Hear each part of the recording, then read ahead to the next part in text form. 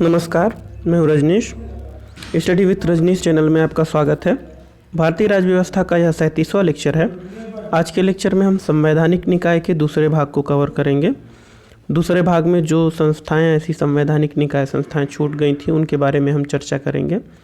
अभी तक हमने भाग 1 में कुछ संस्थाओं के बारे में चर्चा की, जैसे संघ लोक सेवा आयोग, राज्य लोक सेवा आयोग और अन्य संस्थाएं जिन पर हम अभी चर्चा करना है। तो आइए शुरू करते हैं आज की चर्चा। संघ लोक सेवा आयोग एक ऐसी संस्था है जो सरकार के लिए कर्मचारियों का प्रबंध करती है, अर्थात केंद्र सरकार के लिए उनके लोक सेवकों का प्रबंध करती है, उनका चयन करती है, परीक्षाएं आयोजित करती है, परीक्षाओं का परीक्षाफल घोषित करके उनका चयन करती है और सरकार फिर उन्हें अपने कार्य में लेती है। तो इस तरह से इसका गठन संविधान के अनुच्छेद 315(1) के अनुसार हुआ है। लोक सेवा आयोग और संघ के लिए और राज्यों के लिए राज्य लोक सेवा आयोग के गठन का प्रावधान किया गया है। अब इतने बड़े कार्य को करने के लिए कुछ महत्वपूर्ण पद होंगे, उनकी संरचना किस तरह से होगी। आयोग में एक अध्यक्ष होगा और कुछ सदस्य होंगे। सदस्यों की संख्या के बारे में निर्धारण नहीं है, यह सदस्यों की संख्या राष्ट्रपति निर्धारित करेगा। सदस्यों को भारत सरकार अब किन व्यक्तियों को सदस्य बनाया जाएगा, इसके लिए वह महत्वपूर्ण है कि वह व्यक्ति जिन्हें सदस्य बनाया जाएगा वह भारत सरकार अथवा राज्य सरकारों के अधीन 10 वर्ष तक कार्य कर चुके हों, अर्थात उन्हें सरकारी सेवा करने का, सरकार के अंतर्गत प्रशासनिक कार्यों का अनुभव हो। तो ऐसे 10 वर्ष तक सेवा किए हुए लोगों को इसमें सदस्य के रूप में रखा जा सकता है। इनकी सेवा शर्तों के बारे में निर्धारण राष्ट्रपति के द्वारा किया जाता है। संघ लोक सेवा आयोग के अध्यक्ष एवं सदस्यों के कार्यकाल के बारे में यह बताया गया है कि 6 वर्ष का इनका कार्यकाल है अथवा 65 वर्ष की आयु तक, अर्थात 65 वर्ष या 6 वर्ष में से जो पहले 65 वर्ष की आयु अथवा 6 वर्ष के कार्यकाल में जो पहले आ जाए वह उनके कार्यकाल के रूप में निर्धारित किया गया है। अध्यक्ष और सदस्यों के वेतन भत्ते इत्यादि, पेंशन, ये जितने भी व्यय करेंगे, अर्थात ये इस तरह के सारे खर्चे भारत सरकार की संचित निधि से किए जाएंगे और नियुक्ति के बाद उनकी सेवा शर्तों में कोई भी बदलाव नहीं हो सकता। ध्यान रखिएगा कि जितने भी इस तरह के सरकारी निकाय हैं उनकी स्वतंत्रता के विषय में विशेष ध्यान रखा गया है और यह भी उनकी स्वतंत्रता के ही कारण किया गया है कि नियुक्ति के पश्चात सेवा शर्तों में कोई भी नुकसानदेह परिवर्तन नहीं किया जाएगा, अर्थात उन पर किसी भी तरह का आर्थिक दबाव न बनाया जाए अथवा कि कोई भी दबाव सरकार के द्वारा न बनाया जाए जिससे कि उनके कार्य की स्वतंत्रता और कार्य की शुचिता प्रभावित हो। राष्ट्रपति संघ लोक सेवा आयोग के अध्यक्ष अथवा किसी सदस्य को विधि से हटा सकता है। जो विधि विहित की गई है, कौन सी विधि से, वह दिवालिया घोषित हो गया। अगर कोई व्यक्ति संघ लोक सेवा आयोग का अध्यक्ष अथवा सदस्य है और वह दिवालिया, बैंक के द्वारा बैंकरप्ट घोषित कर दिया गया है, तो उस व्यक्ति को हटाया जा सकता है। अथवा वह कार्यकाल के दौरान किसी अन्य लाभ के पद हो, लाभ के पद का मतलब होता है कि सरकारी सेवा में, संघ की सेवा में, केंद्र सरकार की सेवा में हो, राज्य सरकार की सेवा में हो अथवा किसी स्थानीय प्राधिकरण की सेवा में हो, अर्थात इस तरह से सरकारी पदों को धारण करने वाला, सरकारी कोष से वेतन प्राप्त करने वाला पद उसके पास अगर है तो उसे संघ लोक सेवा आयोग के अध्यक्ष अथवा सदस्य के रूप में नियुक्त नहीं किया जा सकता। इसके अलावा उस व्यक्ति के खिलाफ साबित कदाचार के आधार पर भी उसे उसके पद से हटाया जा सकता है। साबित कदाचार क्या है? साबित कदाचार का मतलब है कि उसने संविधान का उल्लंघन किया हो, अपनी शक्तियों का बेजाय इस्तेमाल, दुरुपयोग किया हो उसने। तो ऐसे व्यक्ति को, जो संघ लोक सेवा आयोग का सदस्य अथवा अध्यक्ष है, अगर उसने संविधान का उल्लंघन किया है और अपनी शक्तियों का दुरुपयोग किया है तो ऐसे व्यक्ति को साबित कदाचार के आधार पर हटाया जा सकता है। इसके लिए क्या प्रावधान है? राष्ट्रपति संघ लोक सेवा आयोग के अध्यक्ष या सदस्य को उसके कदाचार की जांच के लिए न्यायालय में भेजेगा, अर्थात वह उससे संबंधित प्रस्ताव या उससे संबंधित आदेश न्यायालय में जाएगा। न्यायालय उसे, उच्चतम न्यायालय उसकी जांच करेगा और उसके बाद वह अपनी रिपोर्ट सबमिट करेगा। उच्चतम न्यायालय एक जांच कमेटी बनाकर उसकी जांच कर सकता है। तो उसकी रिपोर्ट के बाद राष्ट्रपति उसे पद से हटा सकता है। इसके बाद इनके कार्यों के विषय में देख लेते हैं। कार्य ज़्यादा महत्वपूर्ण है संघ लोक सेवा आयोग के कार्य, और वह कार्य कौन कौन से हैं? संघ लोक सेवा आयोग अखिल भारतीय सेवाओं के लिए केंद्रीय सेवाएं तथा केंद्र शासित राज्यों के लिए लोक सेवाओं में नियुक्ति के लिए परीक्षाएं करता है। अब यह क्या काम करता है? 2 तरह की सेवाएं होती हैं। एक अखिल भारतीय सेवाएं होती हैं जिनमें IAS होता है, IPS होता है और IFS होता है। और दूसरा केंद्रीय सेवाएं होती हैं। केंद्रीय सेवाओं के अंतर्गत केंद्र सरकार की 22 या उसके आसपास कुछ सेवाएं हैं जिनके केंद्रीय सेवाओं के रूप में जिन्हें जाना जाता है, जैसे राजस्व सेवाएं हैं और विदेश सेवा है, इस तरह की सेवाओं के रूप में। इसके अलावा संघ शासित प्रदेश जो हैं उनकी लोक सेवकों के रूप में। तो यह जो संघ लोक सेवा आयोग है वह इन सब के लिए परीक्षाएं आयोजित कराता है और जो परीक्षा में पास करते हैं उन्हें नियुक्ति प्रदान करता है। राष्ट्रपति की स्वीकृति या राज्यपाल के अनुरोध पर राज्य की एक या इस तरह की सभी आवश्यकताओं की पूर्ति करता है। तो इस तरह से हम देखते हैं कि राष्ट्रपति जिस तरह की स्वीकृति प्रदान करता है, तो अगर राज्य भी इस तरह की लोक सेवा से संबंधित आवश्यकताएं उसकी है तो राज्यों के लिए भी राज्यपाल के आग्रह पर वह कार्य करता है। यह पूर्णतः सलाहकारी संस्था है और राष्ट्रपति को सलाह देती है। कुछ मामलों में यह राष्ट्रपति को सलाह देने वाली महत्वपूर्ण संस्था है। वास्तव में संघ लोक सेवा आयोग के 2 महत्वपूर्ण कार्य हैं। पहला, परीक्षाएं आयोजित करा करके लोक सेवकों को चुनना, और दूसरा है कि राष्ट्रपति के मांगे जाने पर सलाह देना, लोक सेवकों के संबंध में सलाह देना। तो किन किन बातों में सलाह दी जाती है, वह है सिविल सेवा तथा उसके पदों पर भर्ती से संबंधित मामलों में, सिविल सेवा में नियुक्त पदों में स्थानांतरण और पदोन्नति के मामलों में। अर्थात अगर किसी लोक सेवक को की भर्ती से संबंधित कोई मामला है अथवा उसका स्थानांतरण करना है, उसकी पदोन्नति करना, प्रमोशन और ट्रांसफ़र, तो इसके लिए भी संघ लोक सेवा आयोग से सिफारिश या उसकी सलाह राष्ट्रपति प्राप्त करता है। लोक सेवा के अधीन किसी व्यक्ति से संबंधित सभी प्रकार के अनुशासनिक मामले, अगर किसी व्यक्ति के विरुद्ध जो लोक सेवक के रूप में नियुक्त हुआ है उसके विरुद्ध अगर कोई अनुशासनात्मक कार्यवाही करनी है तो उस संबंध में लोक सेवा आयोग से परामर्श लिया जाएगा। इसके अलावा आयोग को भेजे गए कार्मिक प्रबंध से जुड़े कोई अन्य मामले, कार्मिक प्रबंध मंत्रालय भी अलग से होता है और उस मंत्रालय या उसके अंतर्गत जो भी कार्य होते हैं उससे संबंधित अगर कोई सलाह मांगी गई है तो यह राष्ट्रपति इस तरह की सलाह मांगे जाने पर संघ लोक सेवा आयोग इस तरह की सलाह प्रदान करता है। अब यह ध्यान रखिएगा कि जो भी इस तरह के कार्य हैं उन कार्यों को करने के लिए बाध्य नहीं है। जो संघ लोक सेवा आयोग सलाह देने के लिए तो बाध्य है, किंतु संघ लोक सेवा आयोग की सलाह को मानने के लिए सरकार या राष्ट्रपति बाध्य नहीं है। संसद के किसी स्थानीय प्राधिकरण, नियमित निकाय, सार्वजनिक संस्थान, कार्मिक प्रणाली को भी संघ लोक सेवा आयोग के अधिकार क्षेत्र में लाया जा सकता है। तो इस तरह से संघ लोक सेवा आयोग का कार्यक्षेत्र बहुत ही विस्तृत है और यह मुख्य रूप से कार्मिकों का प्रबंधन करता है। जो सरकार के लिए काम करने वाले लोग हैं, लोक सेवक हैं, उनका प्रबंधन करता है और यह प्रबंधन करने वाली सर्वोच्च संस्था है। तो संघ लोक सेवा आयोग के कार्यों को कार्यकारी, विनियामक या अर्ध न्यायिक और विधायी श्रेणी में रखा जा सकता है।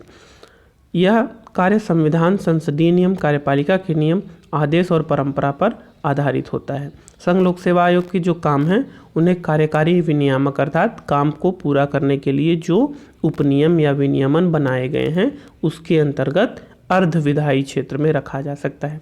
अर्ध विधायी का मतलब कि यह पूर्ण रूप से विधायी कार्य नहीं है किंतु विधायी कार्य के जैसा है। इसके अलावा इन्हें जो शक्तियाँ प्राप्त हुई हैं वह संविधान के द्वारा, संसदीय नियमों के द्वारा, कार्यपालिका के नियमों के द्वारा, कार्यपालिका के आदेशों के द्वारा और कुछ परंपराओं से इन्हें शक्तियाँ प्राप्त हैं। इनके कार्यों का निर्धारण इन सब चीज़ों से होता है। संघ लोक सेवा आयोग की सलाह मानने के लिए सरकार बाध्य नहीं है, हमने इस पर पहले ही चर्चा की है। संघ लोक सेवा आयोग के अध्यक्ष तथा सदस्य के कार्यकाल की समाप्ति पर भारत सरकार अथवा किसी राज्य में कोई पद ग्रहण नहीं कर सकते।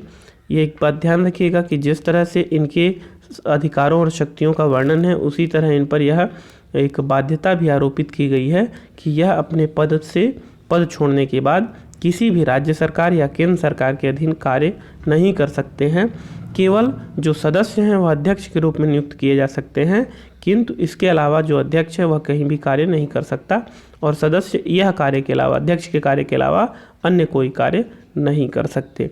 तो यह इसलिए किया गया है जिससे कि संघ लोक सेवा आयोग के माध्यम से अगर किसी भी शक्ति का दुरुपयोग या किसी को बेजा फायदा पहुंचाया गया है तो उसका पारितोषिक प्राप्त करने में उन्हें कोई पद ना दिया जा सके। तो इस तरह से हम देखते हैं कि संघ लोक सेवा आयोग बहुत ही महत्वपूर्ण इकाई है और यह भारत सरकार के लिए लोक सेवकों को चुनती है। जिस तरह से संघ लोक सेवा आयोग है उसी तरह राज्य लोक सेवा आयोग भी है। राज्य लोक सेवा आयोग में भी एक अध्यक्ष होता है और कुछ सदस्य होते हैं। अध्यक्ष और सदस्यों की नियुक्ति राज्यपाल द्वारा की जाती है। ध्यान रखिएगा कि इनकी नियुक्ति तो राज्यपाल द्वारा की जाती है, लेकिन इनको हटाने का काम राष्ट्रपति द्वारा किया जाता है। अध्यक्ष और सदस्यों की सेवा शर्तों का निर्धारण भी राज्यपाल द्वारा किया जाता है। आयोग के अध्यक्ष और सदस्यों के कार्यकाल 6 वर्ष या 62 वर्ष की आयु तक जो पहले होगा। यहाँ अभी हमने 65 वर्ष की आयु देखी थी संघ लोक सेवा आयोग के लिए, यहाँ पर राज्य लोक सेवा आयोग के लिए 6 वर्ष और 62 वर्ष की आयु है। संघ लोक सेवा आयोग की तरह राज्य लोक सेवा आयोग के अध्यक्ष और सदस्यों को राष्ट्रपति द्वारा ही हटाया जा सकता है और उसी तरह के कारणों से हटाया जा सकता है, अर्थात अगर व्यक्ति दिवालिया हो गया हो, अगर व्यक्ति साबित कदाचार उस पर हुआ हो और अथवा उसने कोई लाभ का पद धारण कर लिया हो, तो इस तरह से उसे उसके पद से हटाया जा सकता है। उसी तरह कदाचार के मामले में उच्चतम न्यायालय की एक जांच कमेटी बनेगी और वह जांच कमेटी अगर उसे किसी कदाचार का दोषी मानती है तभी उसे उसके पद से राष्ट्रपति द्वारा हटाया जाएगा। ऐसा इसलिए जिससे कि राज्य सरकारें अपने फायदे के लिए लोक सेवा आयोग पर दबाव न बना सके, राज्य लोक सेवा आयोग पर दबाव न बना सकें। इसके अलावा राज्यपाल द्वारा राष्ट्रपति की अंतिम बर्खास्तगी के आदेश को लंबित किया जा सकता है। राज्यपाल उसे कुछ दिनों तक के लिए रोक सकता है, पूरी तरह से मना नहीं कर सकता। अर्थात जो राज्य लोक सेवा आयोग के लोक सेवक होंगे, जो सदस्य होंगे, उन सदस्यों को हटाने संबंधी जो राष्ट्रपति का आदेश होगा उस पर केवल राज्यपाल कुछ दिनों के लिए उसे रोक सकता है, लंबित कर सकता है। यह राज्य के लिए लोक सेवकों की नियुक्ति करता है। अब इनके कार्य लगभग पूरी तरह से संघ लोक सेवा आयोग से मिलते जुलते हैं। वह कौन कौन से कार्य हैं? पहली बात तो यह कि राज्य लोक सेवकों के लिए नियुक्ति करता है। राज्य की जो भी कार्य हैं लोक सेवा संबंधी, उन सभी कार्यों को करने वाले कार्मिकों की नियुक्ति राज्य लोक सेवा आयोग के द्वारा होती है। राज्य लोक सेवा परीक्षाएं आयोजित कराता है और उसमें चुने हुए अभ्यर्थियों को पद प्रदान किया जाता है। इसके अलावा संघ लोक सेवा आयोग की तरह राज्यों के लिए कार्य करता है। जो भी संघ लोक सेवा आयोग केंद्र के लिए कार्य करता है, हमने अभी बताया, जैसे परीक्षा कराने का काम, परामर्श देने का काम, अनुशासन, पदोन्नति और इत्यादि के संबंध में, ट्रांसफ़र के संबंध में, उनके किसी भी लोक सेवकों के ऊपर अनुशासनात्मक कार्यवाही के संबंध में। ऐसी स्थिति में लोक सेवा आयोग जिस तरह संघ लोक सेवा आयोग कार्य करता है उसी तरह राज्य लोक सेवा आयोग भी कार्य करता है, वह राज्यों को परामर्श देता है। इसके अलावा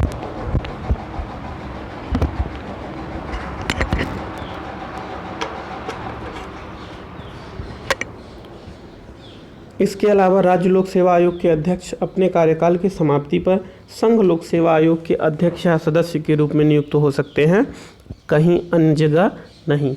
तो इनके वेतन और भत्तों पर चर्चा कर लेते हैं। राज्य लोक सेवा आयोग के अध्यक्ष एवं सदस्यों के वेतन, भत्ते, पेंशन इत्यादि राज्य की संचित निधि पर भारित होंगे। संघ लोक सेवा आयोग के केंद्र की संचित निधि पर भारित होते हैं और राज्यों के राज्य की संचित निधि पर भारित होते हैं। इनके अध्यक्ष अपने कार्यकाल की समाप्ति पर संघ लोक सेवा आयोग के अध्यक्ष या सदस्य के रूप में नियुक्त हो सकते हैं। इनके सदस्य भी राज्य लोक सेवा आयोग के अध्यक्ष के रूप में अथवा संघ लोक सेवा आयोग के सदस्य या अध्यक्ष के रूप में नियुक्त हो सकते हैं।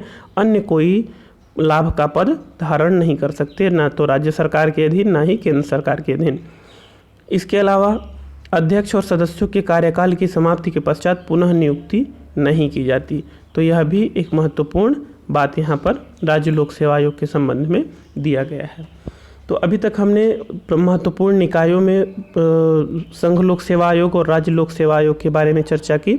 इसके बाद प्रशासनिक अधिकरणों के बारे में चर्चा करते हैं। प्रशासनिक अधिकरणों का मतलब होता है कि यह एक अर्ध न्यायालय की जैसी संस्था होती है। जब कोई प्रशासनिक परेशानियां उत्पन्न होती हैं लोक सेवकों से संबंधित या प्रशासनिक अधिकारियों के सेवा शर्तों से संबंधित, उनकी आयु से संबंधित, अर्थात उनकी अपनी परेशानियों को दूर करने के लिए न्यायालय की जगह प्रशासनिक अधिकरण बनाए जाते हैं। अन्य भी कई सारे ऐसे कार्य हैं जिन्हें करने के लिए प्रशासनिक अधिकरण बनाए जाते हैं और यह प्रशासनिक अधिकरण अर्ध न्यायिक प्रकृति के होते हैं, अर्थात यह विधायी और कार्यपालिकी कार्यों के साथ साथ न्यायिक कार्यों को भी अंजाम देते हैं, न्यायिक कार्यों को भी करते हैं। तो इनकी स्थापना कैसे होती है और क्या काम किए जाते हैं उसके बारे में जान लेते हैं। संविधान के 42वें संशोधन अधिनियम 1976 के द्वारा इसे जोड़ा गया है।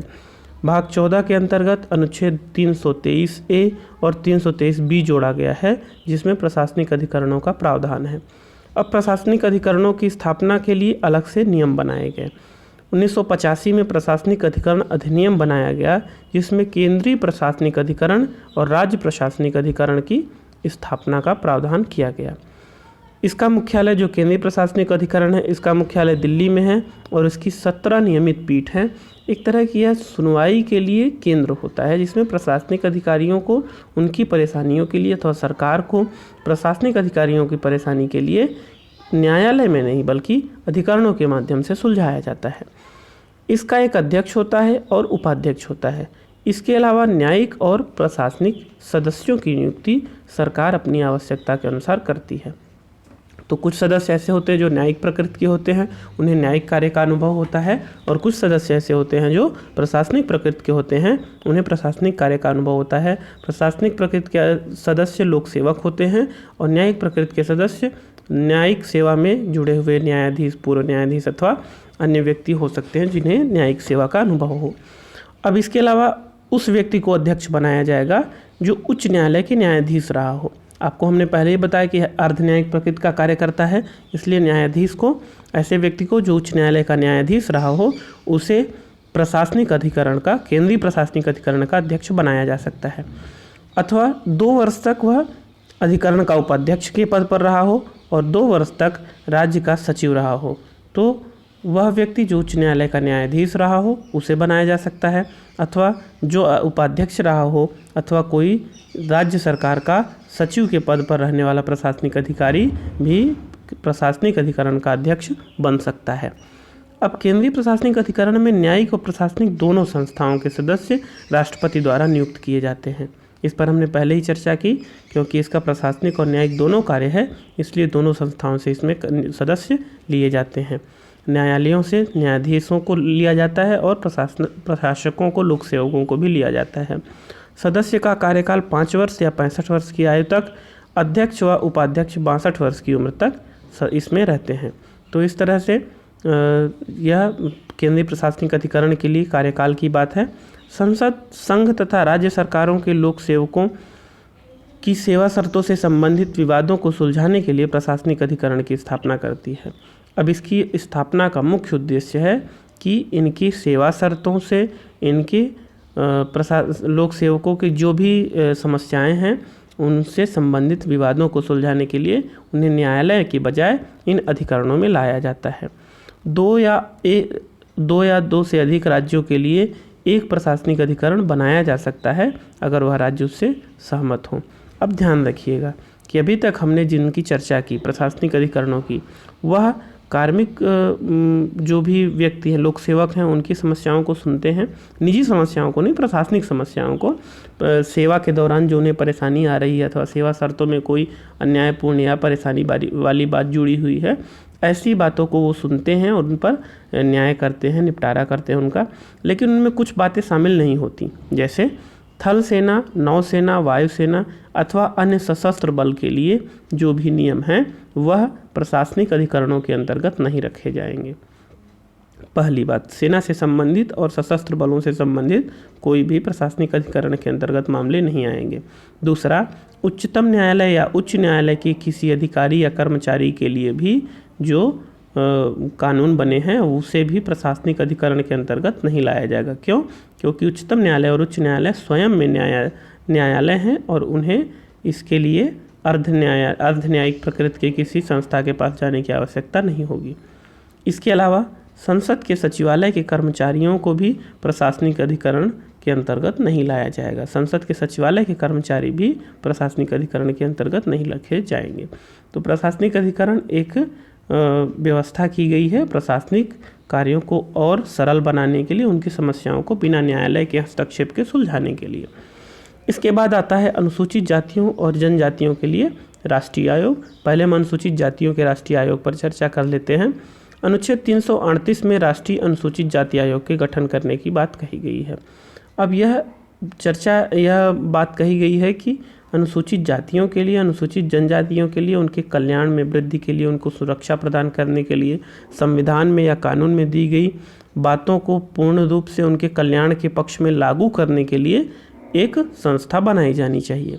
वह अनुसूचित जातियों के लिए अनुसूचित जाति आयोग होगा और अनुसूचित जनजाति के लिए राष्ट्रीय अनुसूचित जनजाति आयोग होगा। तो प्रारंभ में यह दोनों एक ही थे, लेकिन बाद में पहले तो इसे कमिश्नर के तौर पे, एक आयुक्त के तौर पे नियुक्त किया गया था। बाद में उसे आयोग की तरह बनाया गया जिसमें एक से अधिक सदस्य हुए। उसके बाद इसे अनुसूचित जाति और अनुसूचित जनजाति आयोग को अलग अलग किया गया। पूर्ण रूप से 2004 में पृथक अनुसूचित जाति आयोग अस्तित्व में आया। इसके पहले दोनों अनुसूचित जाति और जनजाति का कार्यालय एक ही हुआ करता था, उसे एक ही कहा जाता था। आयोग में एक अध्यक्ष होगा और एक उपाध्यक्ष होगा। इसके अलावा 3 अन्य सदस्य होंगे। अनुसूचित जाति आयोग में एक अध्यक्ष और एक उपाध्यक्ष के अलावा 3 अन्य सदस्य होंगे जिनकी नियुक्ति राष्ट्रपति करता है और इनकी सेवा शर्तों का निर्धारण भी राष्ट्रपति के द्वारा ही किया जाता है। अब यह आयोग करता क्या है? यह सबसे महत्वपूर्ण कार्य है कि अनुसूचित जाति आयोग क्या काम करता है। अनुसूचित जाति आयोग संवैधानिक संरक्षण से संबंधित मामलों का निरीक्षण और अधीक्षण करता है, उनके कार्यान्वयन की समीक्षा करता है। अब अनुसूचित जातियों को संविधान में कुछ संरक्षण प्राप्त हैं, जैसे सीटों का आरक्षण प्राप्त है, उनके साथ शैक्षणिक संस्थानों में और नौकरियों में, राजनीतिक पदों पर जैसे कि विधानसभाओं में और लोकसभाओं में, राज्यसभाओं में, इन जगहों पर इनकी सीटों का आरक्षण प्राप्त है। तो इस कानून को बखूबी लागू किया जाए और अनुसूचित जातियों को इसका लाभ प्राप्त हो, इस बात के लिए यह निरीक्षण करता है, अधीक्षण करता है और अगर कार्यान्वयन हो रहा है तो उसकी समीक्षा करता है कि कार्यान्वयन सही ढंग से हो रहा है या नहीं। इसके अलावा अनुसूचित जातियों के हितों का उल्लंघन करने वाले किसी मामले की जांच, पड़ताल और सुनवाई करता है। अगर कोई मामला अनुसूचित जाति आयोग के सामने रखा जाता है जिसमें कि अनुसूचित जातियों के हितों का उल्लंघन हुआ है, उनके लिए बनाई गई विधियों का उल्लंघन हुआ है, तो वह उसकी जांच भी कर सकता है और वह उनमें सुनवाई भी कर सकता है। अनुसूचित जातियों के सामाजिक आर्थिक विकास से संबंधित योजनाओं के निर्माण में भी सहभागिता करता है, परामर्श देता है और उनकी कार्यान्वयन की जांच करता है। अनुसूचित जातियों से संबंधित जो भी विधियां बनाई गई हैं, जैसे अस्पृश्यता को हटाने संबंधी विधि, उन्हें समान मुख्य धारा में लाने संबंधी कोई कानून है या उन्हें समान न्याय दिलाने संबंधी कोई कानून है, तो इन कानूनों को बनाते वक्त जो भी संस्थाएं हैं वह अनुसूचित जाति आयोग से परामर्श लेगी और इस परामर्श के साथ साथ वह अनुसूचित जाति आयोग परामर्श देगा, सहभागिता दिखाएगा और साथ में उनका कार्यान्वयन किस ढंग से हो गया इस पर भी नज़र रखेगा, जांच कर सकता है। इनके संरक्षण के संबंध में किए जाने वाले कार्यों में राष्ट्रपति को प्रतिवेदन प्रस्तुत करता है। बहुत ही महत्वपूर्ण कार्य है अनुसूचित जाति आयोग का कि जो रिपोर्ट प्रस्तुत करता है वह उसमें यह दिखाता है कि किस तरह से अनुसूचित जातियों के विषय में जो कार्य किए जा रहे हैं उनकी स्थिति क्या है, और यह रिपोर्ट राष्ट्रपति संसद के समक्ष प्रस्तुत करवाता है। तो इसलिए बहुत ही महत्वपूर्ण हो जाता है, एक तरह के पूरे देश में अनुसूचित जातियों के स्थिति पर, उनके बारे में किए जाने वाले कार्यों पर निगरानी रखने वाली संस्था है और यह अपनी रिपोर्ट राष्ट्रपति को प्रस्तुत करती है, जो राष्ट्रपति संसद के समक्ष प्रस्तुत करता है। संरचनात्मक उपायों के लिए केंद्र एवं राज्य सरकारों द्वारा किए जाने वाले कार्यों की समीक्षा करता है और आवश्यक सिफारिशें प्रदान करता है। संरचनात्मक कार्य क्या होते हैं?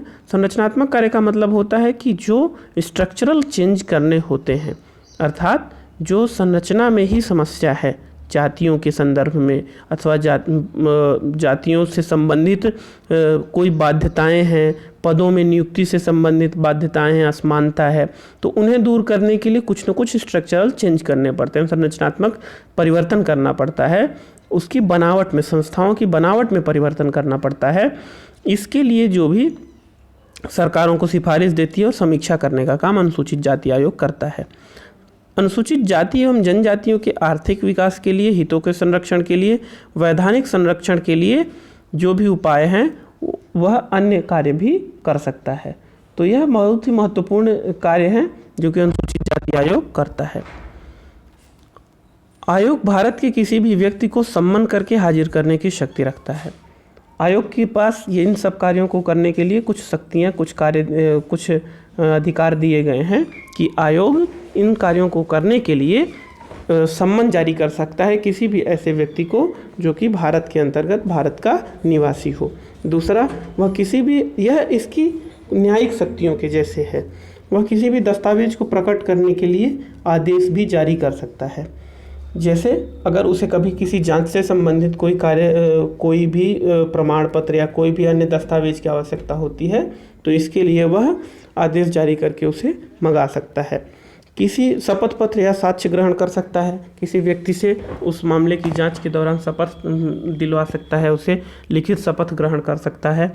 किसी न्यायालय या कार्यालय की किसी सार्वजनिक अभिलेख या उसकी प्रति मंगवा सकता है। अगर न्यायालय का आदेश हो या सार्वजनिक अभिलेख हो, कोई भी सार्वजनिक कागज़ हो, उसकी प्रति के रूप में प्रति को अपनी जांच के लिए या साक्ष्य के लिए अपने पास मंगवा सकता है। गवाहों और दस्तावेजों की उपस्थिति के लिए आदेश जारी कर सकता है। अगर वह सुनवाई कर रहा है तो किसी भी व्यक्ति को आदेश जारी कर सकता है कि उसे गवाहों को या किसी भी दस्तावेज को वहाँ पर प्रस्तुत किया जाए, या कोई अन्य विषय जो राष्ट्रपति द्वारा निर्धारित हो वह कार्य कर सकता है।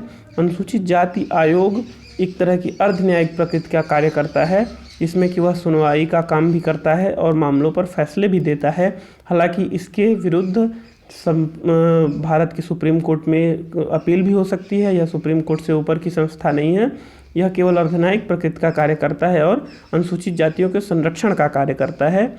आंग्ल भारतीय समुदाय और पिछड़े वर्गों के संरक्षण के संबंध में भी यह जांच कर सकता है और उसकी रिपोर्ट राष्ट्रपति को सौंप सकता है। तो इस तरह से अनुसूचित जाति आयोग, राष्ट्रीय अनुसूचित जाति आयोग बहुत ही महत्वपूर्ण संस्था है जो अनुसूचित जातियों के हितों को संरक्षण प्रदान करती है। इसी तरह अनुसूचित जनजाति आयोग है।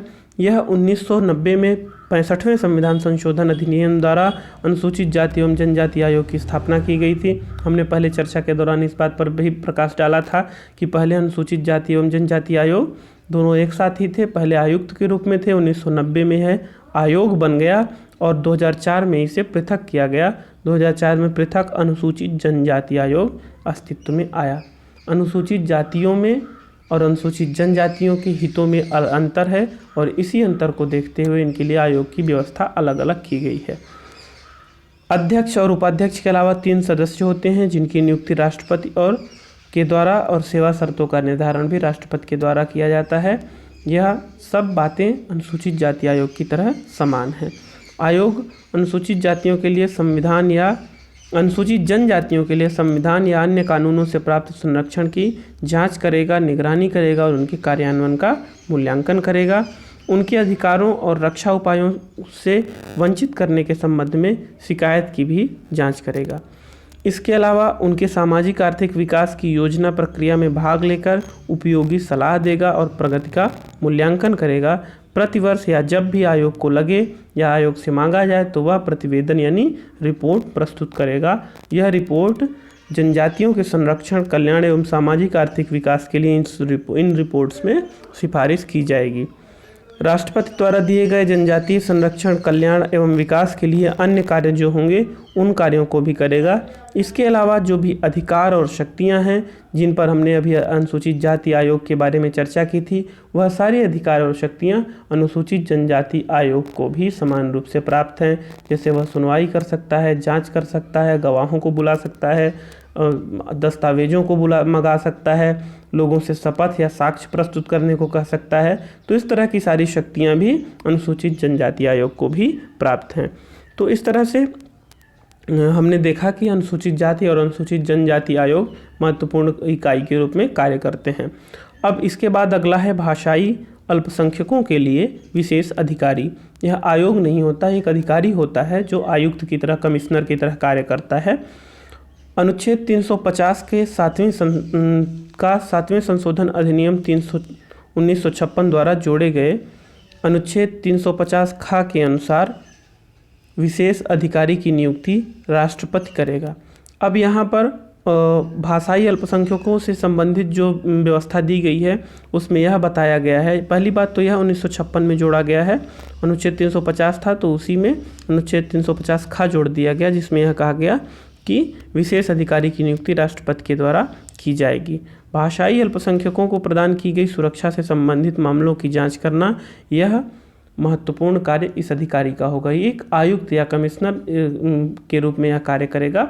ज़्यादातर यह प्रशासनिक अधिकारी हो सकता है और इसे यह अधिकार दिया गया है कि वह भाषाई अल्पसंख्यकों से संबंधित मामलों की जांच करे। अब भाषाई अल्पसंख्यक क्या होते हैं? अगर किसी क्षेत्र विशेष में किसी भाषा को बोलने वाले लोगों की संख्या कम है तो वह उस क्षेत्र में भाषाई अल्पसंख्यक माने जाते हैं।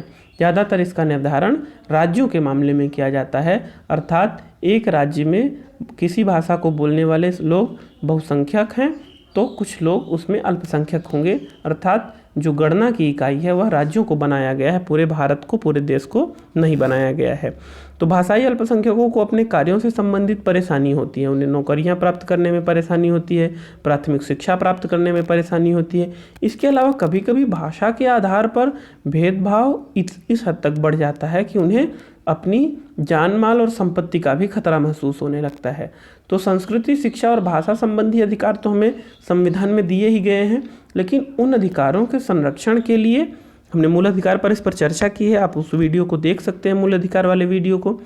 तो लेकिन इन अधिकारों की रक्षा के लिए, उस पर निगरानी रखने के लिए एक आयुक्त, एक कमिश्नर की नियुक्ति की जाती है। उसकी व्यवस्था अनुच्छेद 350 ख में की गई है। इसके अलावा संवैधानिक तथा राष्ट्रीय सहमति प्राप्त सुरक्षा के कार्यान्वयन की स्थिति पर राष्ट्रपति को प्रतिवेदन देता है। अर्थात भाषाई अल्पसंख्यकों को यह जो अधिकारी है वह राष्ट्रपति द्वारा नियुक्त अधिकारी होगा और वह क्या कार्य करेगा? वह यह कार्य करेगा कि जो भी संवैधानिक उपाय दिए गए हैं राष्ट्रीय सहमति से प्राप्त सुरक्षा के कार्यान्वयन की स्थिति पर राष्ट्रपति को रिपोर्ट सौंपता है कि भाषाई अल्पसंख्यकों के साथ किस तरह की स्थिति है और उन्हें संरक्षण प्रदान किया जा रहा है या नहीं।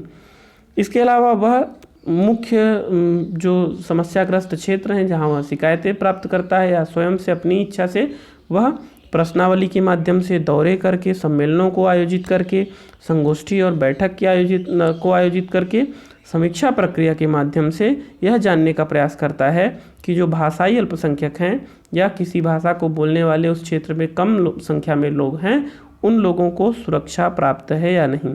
और वह इसके लिए लोगों को समान रूप से जागरूक भी करता है और साथ में उनकी स्थिति का निगरानी भी करता है, उनका जायजा भी लेता है। अब भाषाई अल्पसंख्यक आयोग की नियुक्ति का मुख्य आधार है भाषाई अल्पसंख्यकों को समान अवसर उपलब्ध कराना। हमने पहले ही चर्चा की।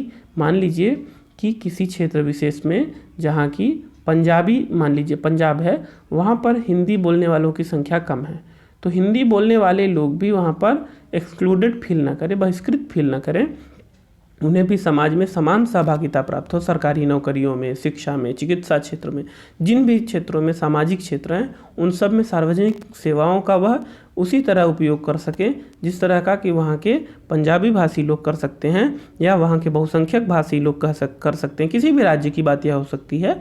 तो इसके लिए यह अधिकारी व्यवस्था करता है और रिपोर्ट प्रस्तुत करता है, उस स्थिति का जायजा लेता है, निगरानी रखता है उस पर। इसके अलावा जागरूकता पैदा करने का काम और संख्या को प्राप्त सुरक्षा के प्रभावी कार्यान्वयन को सुनिश्चित करना, इसकी सुरक्षा संबंधी शिकायतों पर कार्रवाई करना। तो मुख्य रूप से इसका उद्देश्य यही है कि वह लोग अपने भाषा की अल्पसंख्यक स्थिति के कारण किसी भी सुविधा से वंचित न हो, सुरक्षा से वंचित न हो, वह सार्वजनिक जीवन में समान रूप से भागीदार हो सकें। तो इस तरह से हम देखते हैं कि जो प्रमुख निकायों की नियुक्ति की जाती है यह संवैधानिक निकाय थे। इनमें दो पार्ट में हमने जाना कि सरकार की मदद के लिए यह निकाय कार्य करते हैं और अलग अलग शक्तियाँ, अलग अलग कार्य क्षेत्र के माध्यम से सरकार के काम में मदद पहुंचाते हैं। इससे संबंधित प्रश्न परीक्षाओं में पूछे जाते हैं और आपके मन में भी इस छोटे से लेक्चर में हो सकता है बहुत सारी जिज्ञासाओं की शांति न हुई हो, तो आप उन जिज्ञासाओं से संबंधित प्रश्न कमेंट करके ज़रूर पूछ सकते हैं। और इस संबंध में जो भी प्रश्न होंगे उनका जवाब हम उसी कमेंट में ज़रूर देंगे आपको।